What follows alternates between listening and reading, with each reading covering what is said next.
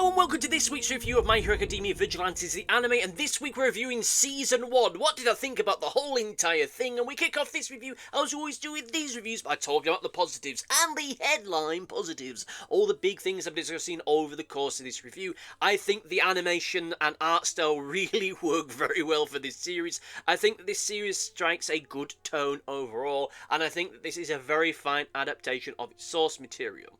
Now, a typical point of praise for me when I come to do these reviews, both for this series and other anime series and animated series I've done, is to complement the animation and art style to some degree or another, and unsurprisingly, this week is no different. Now, for the record, for anyone who's joining us late, hi, hello, like and subscribe and all that crap.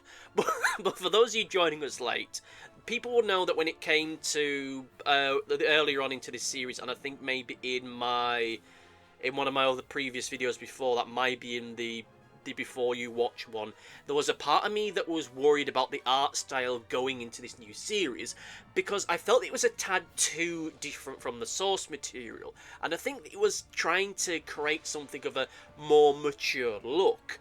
My Hero Academia's art style for me, and I'd say this as someone who isn't the biggest anime head around, someone who's only really been taking it a little bit more seriously in the past 6 or so years or so, is that My Hero Academia has a story which is about a group of young teenagers and leans into a style that is more stylized and, for want of a better phrase, something that's a little bit more cartoony, something that's a little bit more abstract.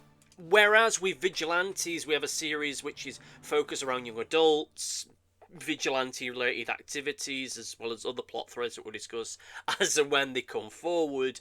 And it leans into something that's a lot more stylized in a more serious way. Though when it is stylized, it's not quite as eccentric, and everything is designed and drawn in such a way that it feels a lot more serious, a lot more mature, a lot more grown up versus the, and I use the word very loosely, lighter story of My Hero Academia, which, you know, it isn't, but you get the idea. My Hero Academia is a lot more of a superhero story with more superhero tropes. Vigilantes, at least in this part of the story, is a lot more about vigilante activity. So to a certain degree and from a certain point of view, it makes sense that they would animate this slightly differently to help create that greater sense of that, no, these are two very different series with very different feels and very different directions. This is not My Hero Academia Mark II. This is something that has its own unique feel to it. But in the source material, as someone who has read the manga and has read up to the end of Volume 7, the source material could be silly and cartoony, have an eccentric and silly moments, and for the most part, I think the art style there felt closer to what we see in the My Hero Academia anime more so than what we were going to get in Vigilantes. And my fear is that this more serious art style would potentially create something of a disconnect between certain things that would happen on screen, I should say. So when you have some of the more sillier, cartoonier moments, they wouldn't quite look as over the top and weird as they do in the manga, because they're going from something that's a little more straight-laced and something that's a little more grounded. Or alternatively, you'd have moments where the jokes wouldn't quite land because pivoting into the more eccentric expression work that you can get in anime wouldn't really work with more serious character design. And this is something I had touched upon, and one of the reasons why I praised Daima so much is that he had what I called something of an elastic art style, something that could pivot between being something very serious and something more you'd expect to see in Dragon Ball Z, yet have more cartoony, fun moments that you would expect to see within the original run of Dragon Ball.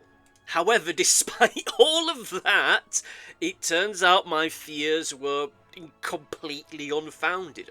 Oh, sure, I think that the design work is still a little bit more serious than the source material for my liking, but it's not too serious, and it doesn't take away from everything that's happening on scene. I don't think it undermines the sillier, goofier moments, and I don't think it takes the series down a design path that I, for want of a better phrase, again, I'm not comfortable with, because it feels as though it's taking something away from the spirit of this series. People who have read the manga and who have seen this first season can know that, yes, there can be moments that are very serious, moments that are very grounded and gritty, but there can be some bloody weird, crazy and eccentric moments as well, and the fear that I've had, like I've mentioned, is that the design philosophy could have been something that could have undermined those moments. And I dare say, and this is me being more speculative, it does feel as though the design philosophy with this series changed a little bit as the series went on. A lot of the earlier material seems to be drawn in a lot more of a serious and grounded way, yet as we get closer to the end of the series, even in some of the more slightly serious moments, it still has a design philosophy that is a little bit lighter. Some of it does feel a tad closer to the manga, though that feeling, I'll be honest, may well come because I was less focused about my concerns about all of this and just relaxed into it, which is a perfectly real possibility. Because the truth of the matter is, I was always concerned more about the the art style rather than the animation, because the studio behind this has proven time and again that they are capable of creating some really fantastic moments, and this series is no exception. In the grand scheme of things, I will admit there aren't many action sequences, though I will grant you that the past 2 years of My Hero Academia have felt very saturated with action, with the past season and the next one being focused along a series of very long action sequences. So there is something about this that does feel strange when we're able to shift gears to stuff that's a lot more, well, normal. And with a series of events which are far smaller in scale and far smaller in stakes in the grand scheme of things, and yet with that said, they are still presented in a way which is epic.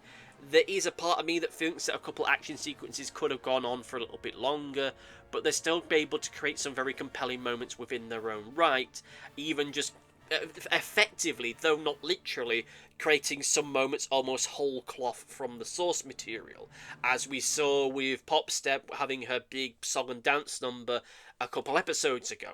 In the manga, it's still there, but here it felt more of a moment, more of a defining part of her life story, more so than it necessarily did in the source material. Again, it's still there, but it felt like it wasn't quite on par with, in terms of just sheer drama, this stuff that we had with Knuckle Duster and B, which to a certain points of view isn't, but it's at least being given the presentation of being so. And I think that it really all works well together with all of this in mind, and that the animation and the art style is able to help show us hero work on different scales, and also in different stylistic ways as well. Almost all of vigilante fights happen at night, or in dim lighting, or in alleyways. The hero fight moments and heroic moments with the pro heroes almost always happen in daytime, in elevated positions, or in the public. That isn't always the case, and I will admit that assessment is a tad tenuous in certain aspects, but regardless, we do still see the very different styles of fighting and heroism, which I do enjoy. It prevents this series from either becoming a series of people just throwing energy blasts at one another and punching each other really hard, or people with functionally identical power sets just fighting each other until the one that's a little bit more original wins, seemingly. And yes, a lot of that comes down to Knuckle Duster and how his fight sequences are put together. The combat in this series is short or long, it's still going to ultimately be something that's rather impactful, something that is weighty, something that is very brutal.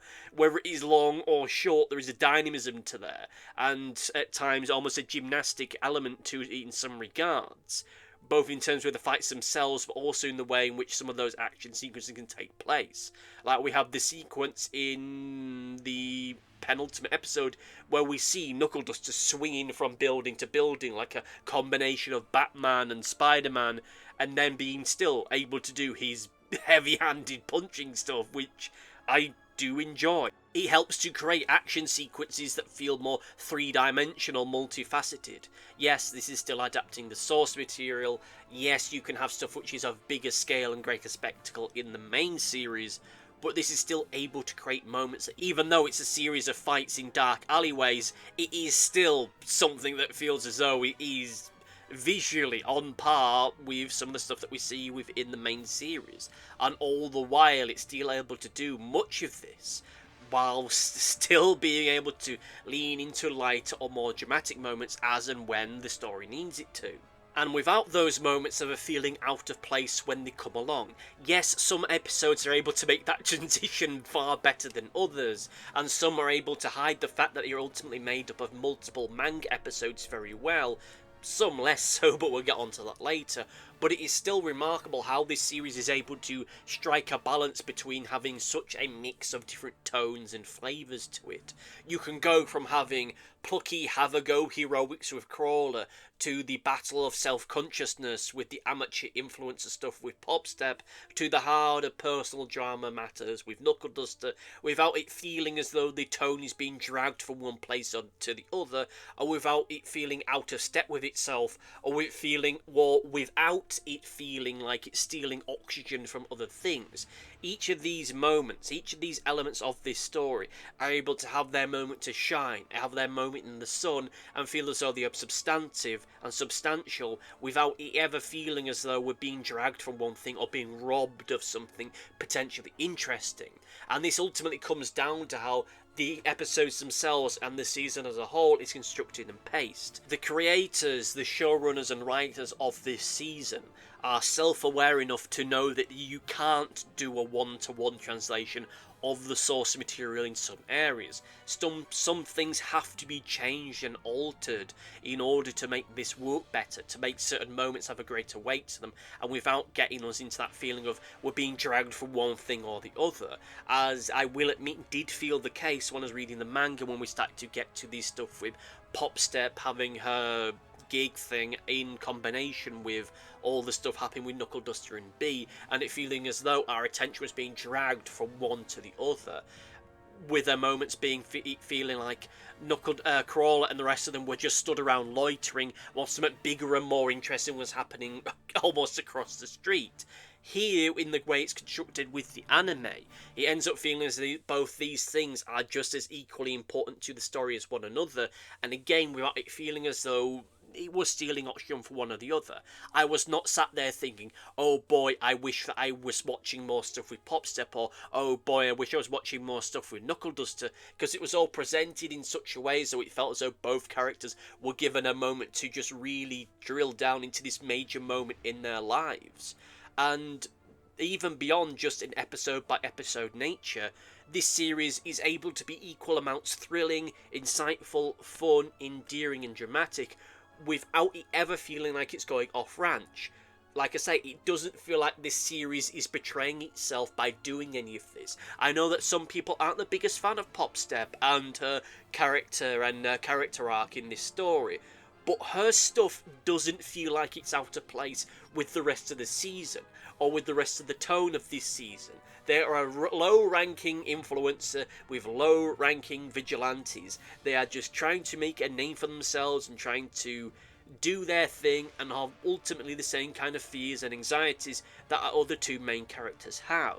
And all her stuff is done in such a way as though, again, it doesn't feel like it's taking away from the other characters. When her stuff was coming up in this season, particularly towards the end of it, it didn't feel like it was stealing screen time with the stuff with Knuckle Duster and B. And even though we do have three very different main characters within this series, they're still presented in a way which is just very endearing. I know that I'm using that word a lot at the moment, but that is one of the big feelings that I have with this series and these characters, because, and I don't want to sound rude when I say this, but I have to say it, and I don't want to get into a whole other discussion because this could almost be its own other video, but one of the big reasons why I like Vigilantes as a series is because our main characters are all crap. I mean, Crawler is this guy with a very lame quirk that's very prone to punching well above his weight and is a little bit feckless and wet behind the ears. He's not the smartest guy in the room, he doesn't have the superpower, he's not the chosen one, he's just a guy that wants to do good in his own way, even if that good is little no more than just helping an old woman across the street or putting rubbish in the right bins.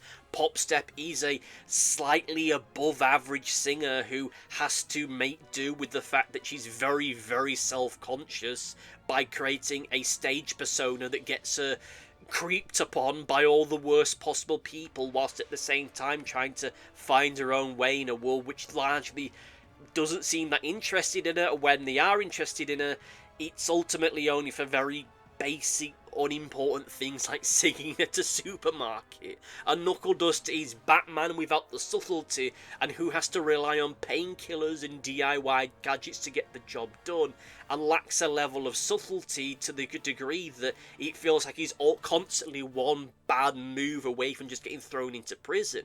All three of these characters are the worst possible version of themselves without either being a villain or just being an outright gag character. And that makes them endearing because they are just so flawed and just so normal. I don't want to sound like I'm ragging on the main series, but with the main series, everyone was the best version of themselves. If not from the off, then certainly by the ending points of the series. It doesn't really feel as though there's much room for these characters to grow in many regards. And they all have superpowers that are just so grand that it doesn't really feel as though you can go anywhere with them. And I don't mean that in like a power creep death battle kind of way, but in just a purely normal mundane sense. Like, again, without getting too distracted, one of the things I liked about My Hero Academia was the fact that every single person's superpower had a very logical, very understandable drawback to it. And by the time we get to this point in the main series, or rather where we roughly are in the main series, it feels like a lot of the stuff has been put to one side. With this series, that isn't quite the case, because everyone is just kind of very limited and rather crappy. When we get into these characters' dramas and trials, it does so in a way that it doesn't feel like it's getting too self-indulgent either, or it's given them too much of a this is their episode kind of a deal, like it felt as though we were certainly getting with My Hero Academia a couple of seasons ago. Their screen time is shared out. Yes, there are certain episodes that are focused more on one than another, but it never feels like, this is Pop Step's episode's time to shine! Because ultimately she's sharing the spotlight with Knuckle Duster in his own stuff. And yes, you can argue, and I do feel as though it does feel as though that we really should, and this was a problem I had with the manga, have a better understanding of who these characters are by the time this point in the story comes along. But it does feel as though, certainly as far as this anime is concerned, that these three certainly are the main three characters of this series and of this story, whereas by this point in the manga, it felt as though we have these three characters plus 2 or 3 other pro-hero characters, Midnight and Eraserhead being other characters that are part of this ensemble, being part of this casting, which here they avoid. Like, I know that I was a bit critical towards the start of this, talking about how it feels and felt at the time like Eraserhead's introduction in the very early episodes was like a cameo appearance that went on to too long. Yes, there's a part of me that still doesn't know whether or not he should have been a figure in the previous episodes either, but even still, with what we get in this anime, he just feels like another character that is on the side, rather than being just a part of the ensemble cast that we end up seeing now and again. Again, I do feel as though we could have done with getting a better connection with our 3 main characters here, but at the end of the day, that was an issue that I had with the source material, and I think that this material does it still very well for what it is. I feel that this is, as a whole entity, a very fine adaptation of its source material. The truth of the matter is, and we have to address the elephant in the room here, you're never going to get a 100% wholly faithful adaptation of a source material. You're never going to end up getting that, because some things are going to have to get changed for one degree or another. Some things, it might be getting changed due to logistical and practical reasons. For some reasons, it might be because of content not being relevant to it, or material not being relevant to it, I should say. But at the end of the day, this still works. And yes, anime adaptations of manga are a lot more faithful than seemingly other adaptations of genre. But even still here, some elements needed to be altered. Some elements needed to be changed. I feel that at the end of the day, this series kept a lot of the more important stuff and dropped stuff which, yes, some of it I'm disappointed that they don't have in it, but I understand why they didn't, for various different reasons, from questions of taste to also questions of timing, and that is fine, because beyond all of that, this is still a very compelling series to see and is very fun to watch. Even to people who will not be familiar with the source material, what we end up getting here is still a fun adventure for what it is. Yes, some moments are going to work better for people who are bigger fans of this series than others. Like the whole lore dumping to the licensing thing being something that I know that more casual or new fans didn't necessarily ride with, but for me and people like me, that stuff was perfectly fine, and I really appreciated the way that they did that, and I really love that episode again because of the fact that it does not shy away from the fact that we have an American hero, even if there's a part of me that wishes that his American voice was actually an American voice, but still, I still think that this is a very compelling series, some things being different notwithstanding, and it's able to, feels at times like it's able to stand toe-to-toe with the main series, despite the fact it's a very a different scale and different stakes kind of a deal.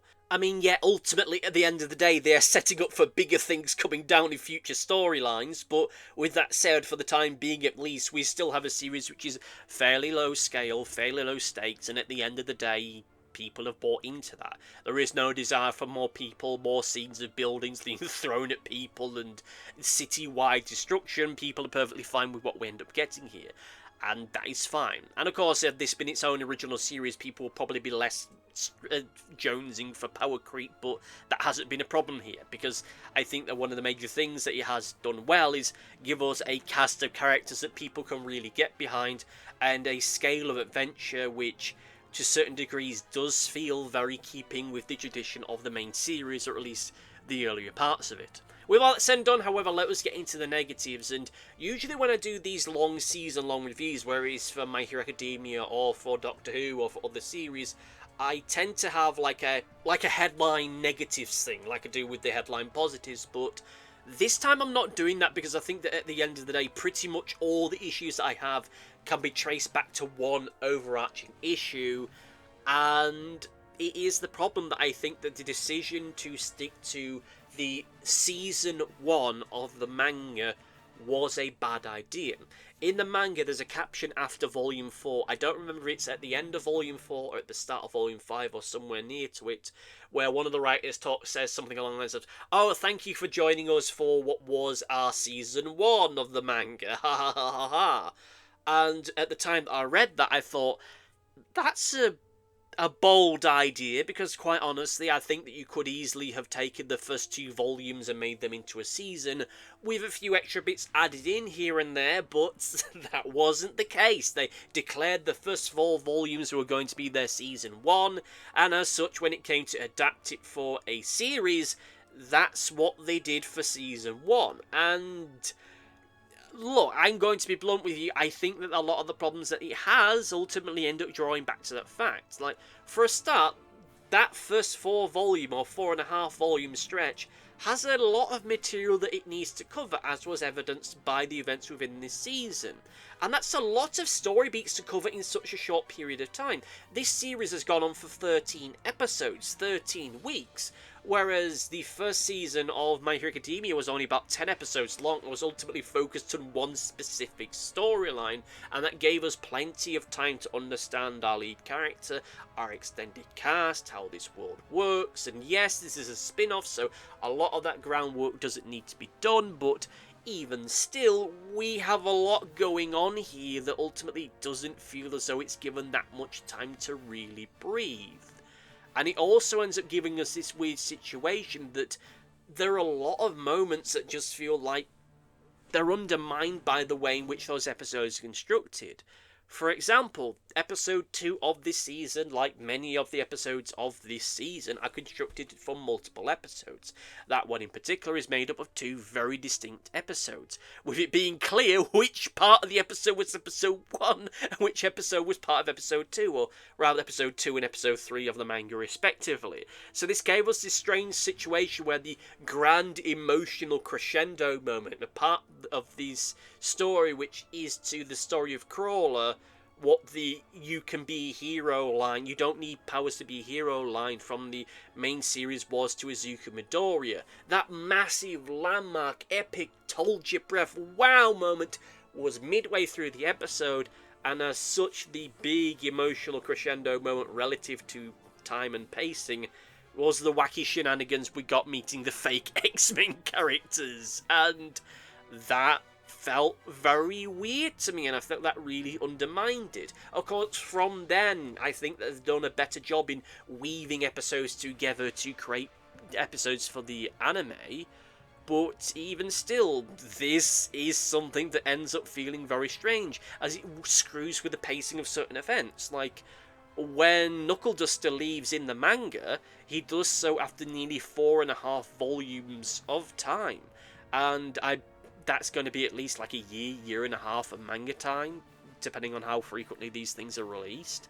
If not that, you still have a very extended period of maybe about 15, 16, 17, maybe 20 episodes where he's a recurring character relative to an anime before he ends up disappearing. And it feels as though we spent a longer time with him, so when he does leave, or we get this indication that he is leaving, it feels more like a wow moment. Here it's one season with a couple episodes having been cut totally. With Stendhal, he was in the background of the manga for about 3 or 4 episodes. Here he's only in for 2. So you're not really building up a mystery with him either, as by the time you've remembered what his name is, it's the reveal that, oh my god, it was Stain after all, and that Stain was really just a psychopath all along. Or at least that's the intention, even though it doesn't feel like some people have got that, but that's a whole other remark for all of the time. And it also means that because they are so slavishly devoted to adapting the source material in terms of series of events so faithfully, it means that certain moments that are never elaborated upon or mentioned in the manga aren't mentioned or elaborated upon here. As mentioned by a commenter in a previous video, we never got a scene showing how Soga came to work with Knuckle Duster, when it really feels as though that's something that we needed. Because it felt very strange in the manga that he was all of a sudden working for Knuckle Duster without much of an explanation for it. Like, we didn't need an epic scene, just a short little bit to just give us an indication as to how these two came to work with one another and why he's doing that. We just don't get that here. He didn't need a whole episode dedicated to it, at least a scene, but we just didn't get that at all. And that feels very weird to me. Now, it's understandable, like I say, that they wanted to keep this faithful, give or take a few episodes for the sake of timing, and that they're going to play this as faithfully to that source material as they can.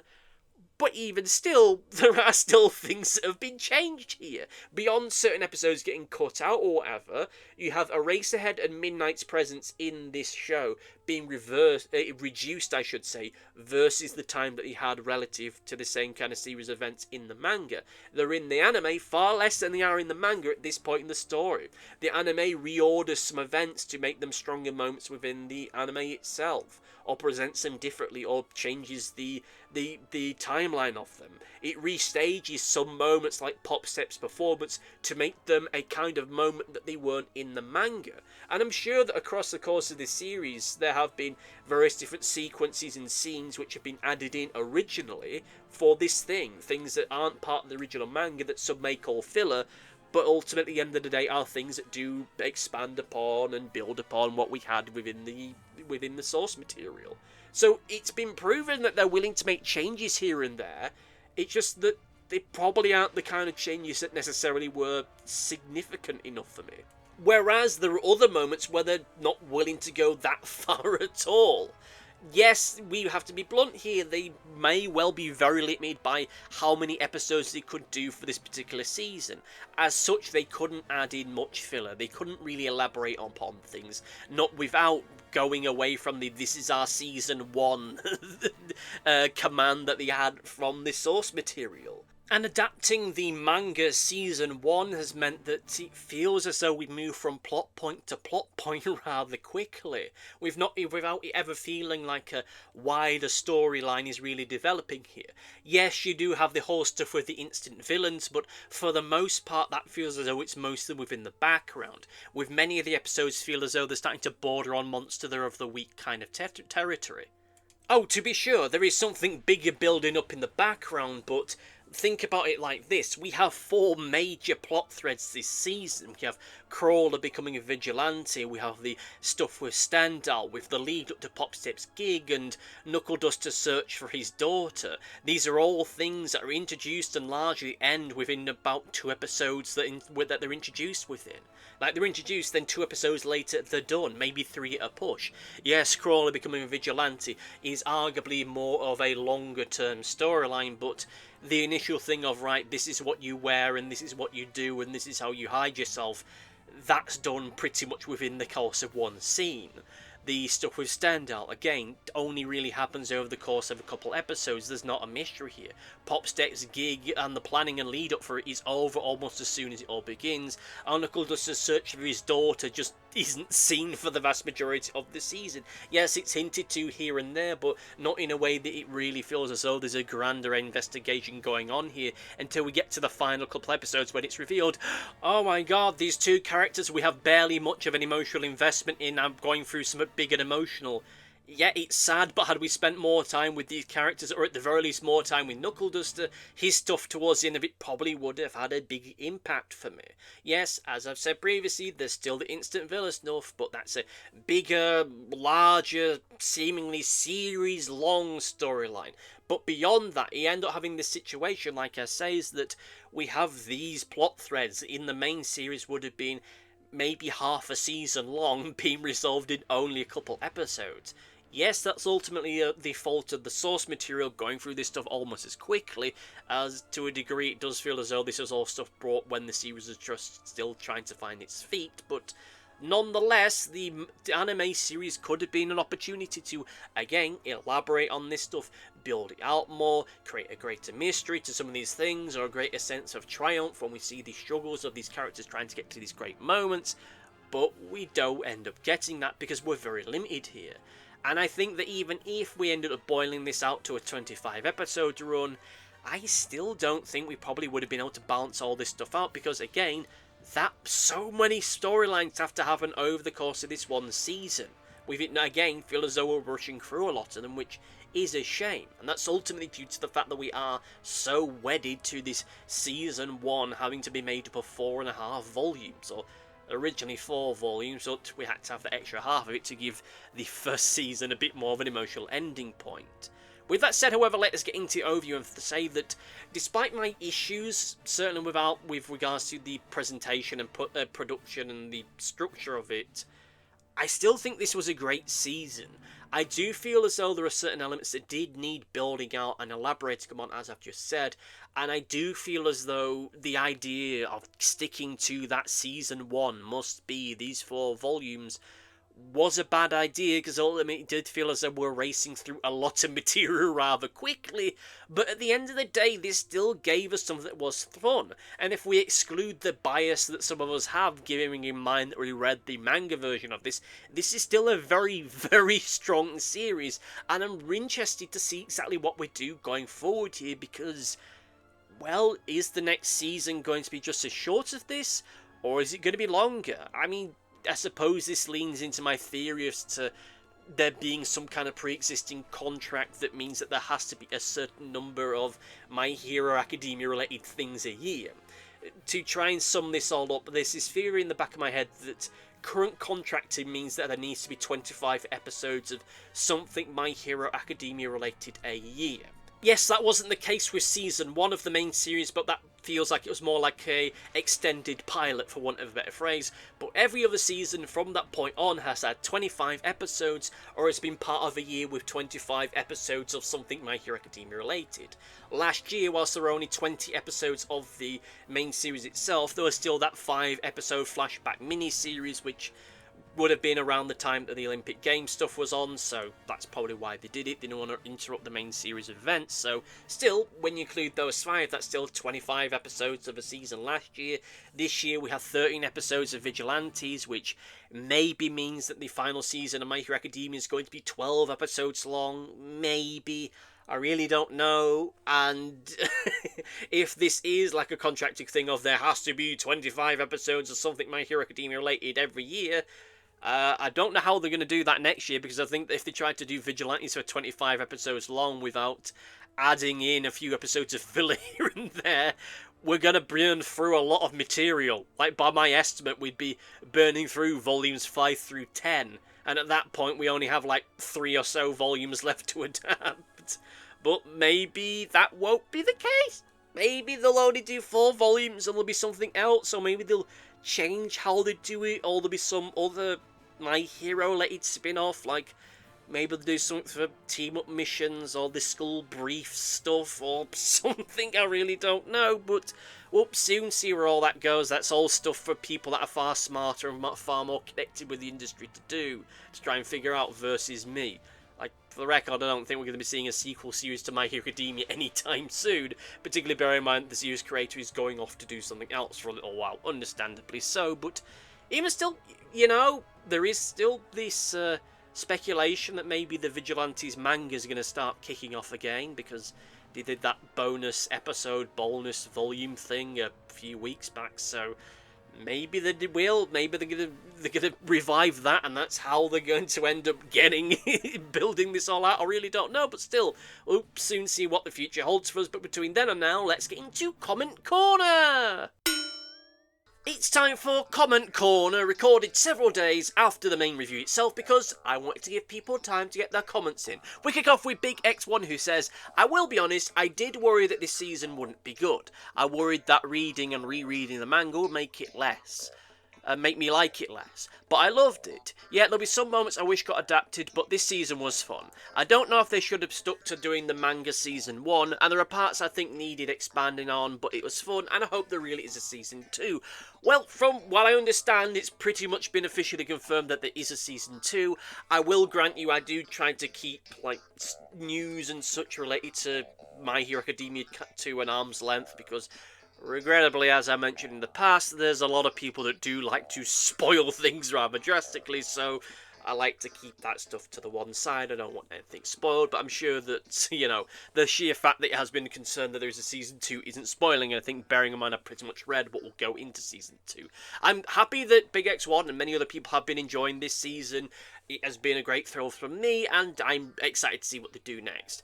Next comment comes from Big Jacko, maybe Big Janko Lantern, I don't know. They say two things. Given the amount of bonus chapters that were skipped over, do you think they might have enough material to make an anthology, like an OVA, like My Hero Academia Vigilantes, The Lost Case Files? 2, this one is a repeat question from an early video, but I would like to know if your opinion has changed. Do you think Season 1 did a good job of giving the setting of Naruhata a distinct personality, or do they need one more season for that? I think they did a good job for me to get a good handle on the feel of the neighbourhood, though I hope they still keep chipping away to give it even more of its shape and personality.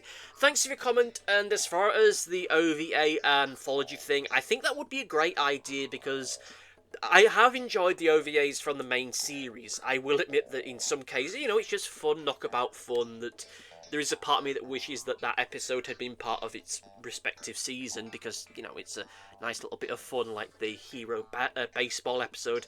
But then you've got others, like the rescue training one of what it was, the first OVA, where that really should have been part of the main series because that's the first hint that we get of there being issues with Shoto Todoroki and his family, so the idea that that's just something that's just on a DVD somewhere I just think is kind of wild. But with this one, yeah, I do think it would be a good idea because at the very least it does elaborate on certain things. Yes, there's some of it that you could drop or change, but there is like the hero, a couple of special hero episodes that are towards I think the end of the second volume, which I think would be good to go into.